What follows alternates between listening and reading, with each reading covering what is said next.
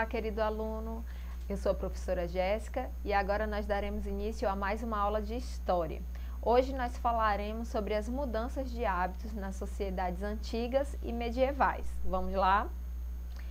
Bom, nós falamos na última aula que Roma teria passado por um processo de expansão, ou seja, de crescimento do seu território. E aqui no mapa nós temos, né, toda a área que teria sido dominada por Roma, tá certo? Roma então não restringiu seus limites, né, à cidade de Roma, mas também alcançou terras longínquas como o Oriente Médio, o norte da África e a Península Ibérica, como você pode ver no mapa da tela. Roma expandiu tanto seu território que precisou ser dividida para também ser melhor administrada. Então, a parte de amarelo, você vê, representa toda a área que corresponde ao Império Romano Ocidental e a parte de rosa corresponde a todo o território que da Roma Oriental, né? Ou seja, do Império Romano Oriental. Roma, então, foi dividida para que houvesse uma melhor administração. Porém, nós vamos ver também que assim como houve um processo de expansão e de crescimento desse império, vai haver também a queda, ou seja, o declínio de toda essa estrutura de poder de Roma. Vamos ver então quais foram as principais causas do declínio do Império de Roma. Bom, a dificuldade de administração foi marcante nesse império tão grandioso. Então pense que quanto maior é a sua casa, mais difícil é de você administrar, mais difícil é também de você sustentar, né? Vai exigir de você, né, uma maior habilidade, mais recursos para a manutenção da estrutura da sua casa conforme o tamanho. E isso ocorreu também dentro do Império Romano. Diante de um império tão grande, houve também complicações em relação à gestão desse império. As invasões bárbaras foram outro fator que também complicou, né, todo esse processo de manutenção desse território tão grande. Logo mais você vai entender o que eram as invasões bárbaras. Além disso, os elevados impostos que eram necessários, né, para manter a construção das estruturas desse território, como pontes, aqueduques, estádios, né, os banhos públicos que eram comuns na cultura romana. Além disso, um outro fator, religião. Com o surgimento e a expansão do cristianismo, que não admitia deuses, né, diferentes, apenas o cristianismo é uma religião monoteísta e cultua um único Deus, não vai tolerar os vários deuses que eram cultuados na cultura romana. Além disso, com a diminuição do processo expansionista, né, a diminuição das guerras também, vai haver uma escassez de escravos, porque os escravos, eles vinham principalmente, eram principalmente os escravos justamente das guerras. E a partir do momento que Roma deixou de expandir as suas fronteiras, vai também automaticamente deixar de agregar novos escravos. Então, todos esses fatores juntos vão criar aí as complicações e o Império Romano vai vir, né, ao declínio. Bom, nesse processo de expansão, os romanos enriqueciam-se às custas dos povos que eram conquistados, né, e também da mão de obra desses povos que seriam então uma mão de obra escrava.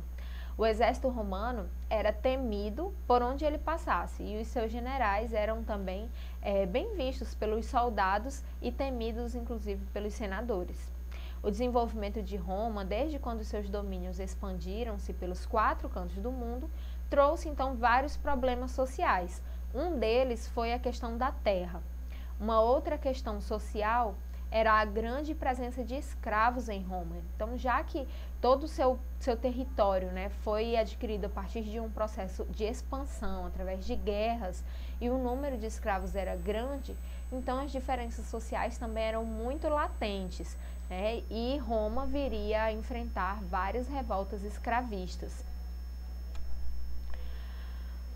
O fator religião, como nós citamos, né, com o surgimento do cristianismo no Oriente Médio, a religião monoteísta mudaria para sempre o destino, né, de Roma com o cristianismo. oriundo do judaísmo, os cristãos acreditavam na mensagem de Jesus Cristo e julgavam-na por onde passavam, divulgavam-na por onde passavam. Os romanos, por sua vez, perseguiram o cristianismo por um bom tempo, né? E os seus primeiros discípulos foram geralmente quase que completamente todos mortos. E apesar da perseguição e da morte, a religião cristã teria resistido e não parava de crescer. Os seus seguidores partiam para regiões mais distantes do Oriente Médio, como a Grécia, e chegando até a capital, teriam chegado até a capital do Império.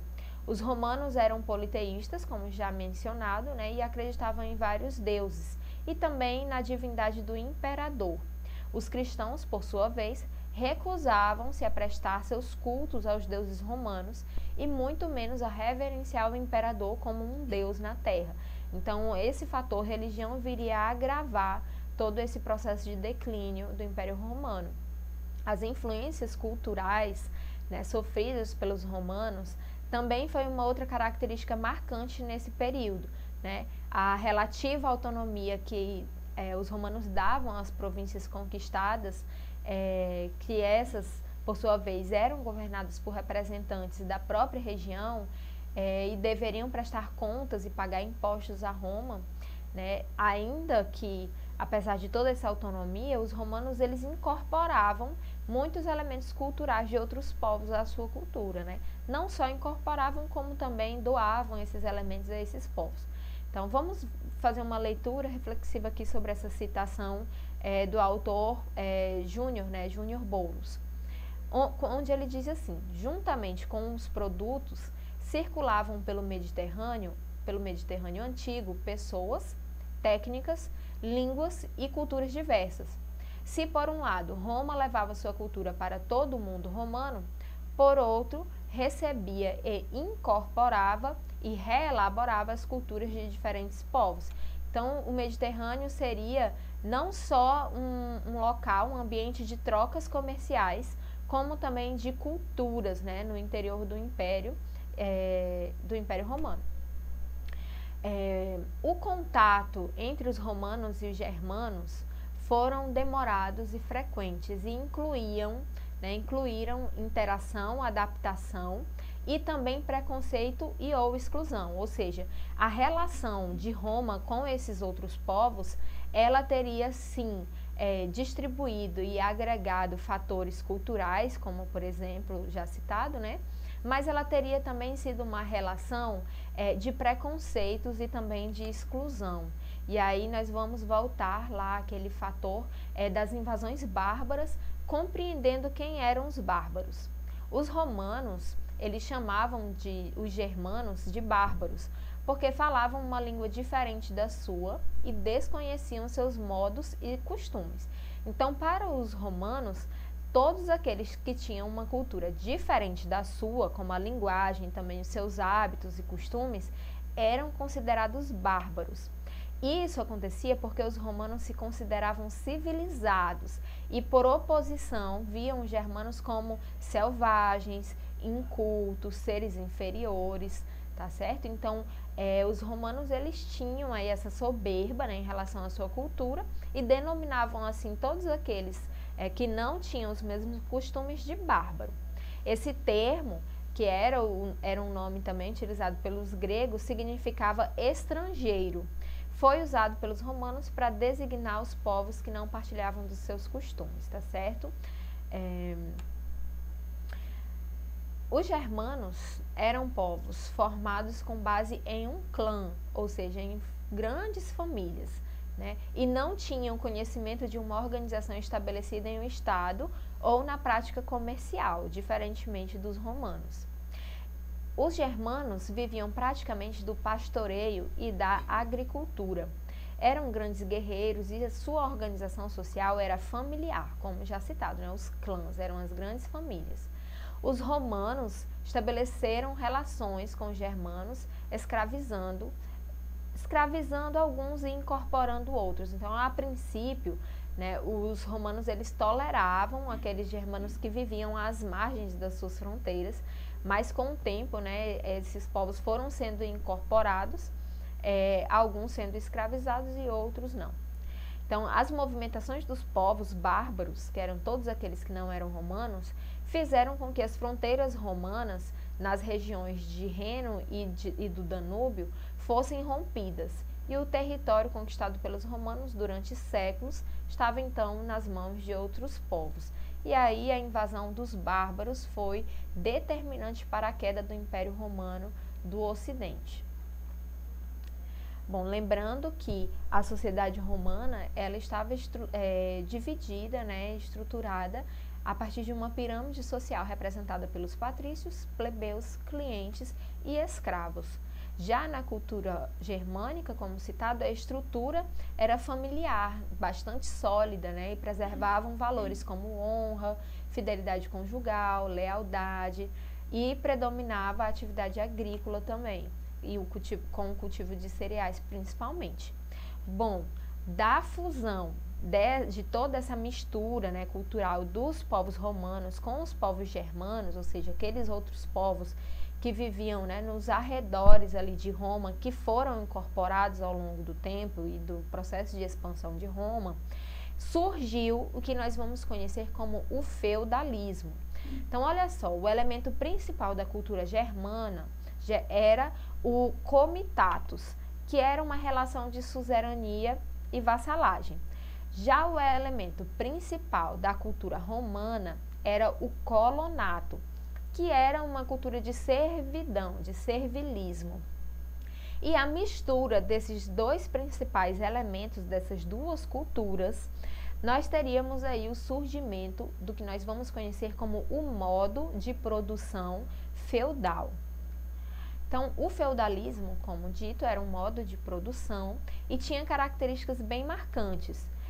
A economia era de base agrária e rural.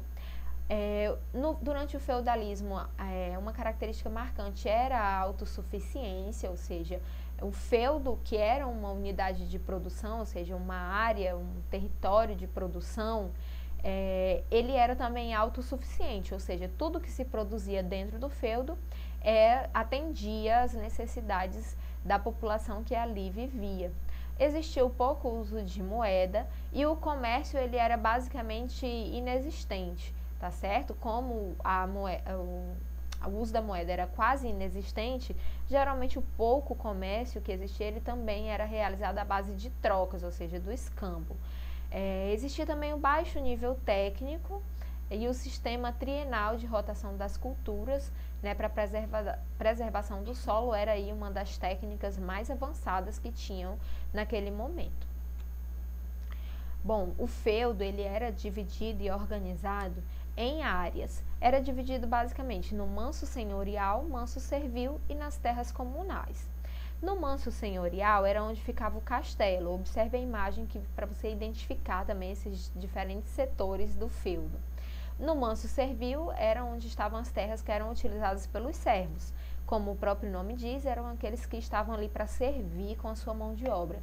E as terras comunais eram os bosques, né, e outras áreas que eram de uso comum, tanto de senhores como de servos. A divisão social no feudo, ela era também marcada por uma pirâmide social, onde o clero estava no topo, seguido pela nobreza e na base dessa sociedade, os servos. O clero exercia as funções religiosas, os nobres exerciam as funções militares e os servos eram aqueles que produziam os meios de subsistência, ou seja, todo o cultivo e o trabalho da terra, já que o feudo era um modo de produção agrário, né, eram os servos que produziam, que trabalhavam na terra, pagavam tributos e assim sustentavam toda essa sociedade. Vamos então fazer o exercício da nossa aula de hoje. Vamos à questão 1. Não, observe que o não está em negrito, tenha atenção, não é uma das principais causas do declínio do Império Romano. Não é uma das principais causas do declínio romano. As invasões bárbaras, os elevados impostos, a religião ou a fácil administração. Quais dessas hipóteses não é uma das causas do declínio desse império. Com certeza, a fácil administração, né? Pelo contrário, nós vimos que uma das causas do declínio do Império Romano foi justamente a dificuldade em administrar um território que se tornou tão grande. Já na questão 2, diga o que surgiu da fusão da cultura romana com a cultura germânica. O escravismo, o feudalismo, o capitalismo ou o mercantilismo. De acordo com a nossa aula, nós vimos que da fusão, ou seja, da junção, da mistura da cultura romana com a cultura germânica, teria surgido aí um novo modo de produção que era baseado, né, em uma relação de vassalagem e servidão, que foi o feudalismo. Eu espero que vocês tenham gostado da aula de hoje. Muito obrigada por sua atenção. Lembre-se de conferir a plataforma Eduque e até a próxima aula. Tchau, tchau.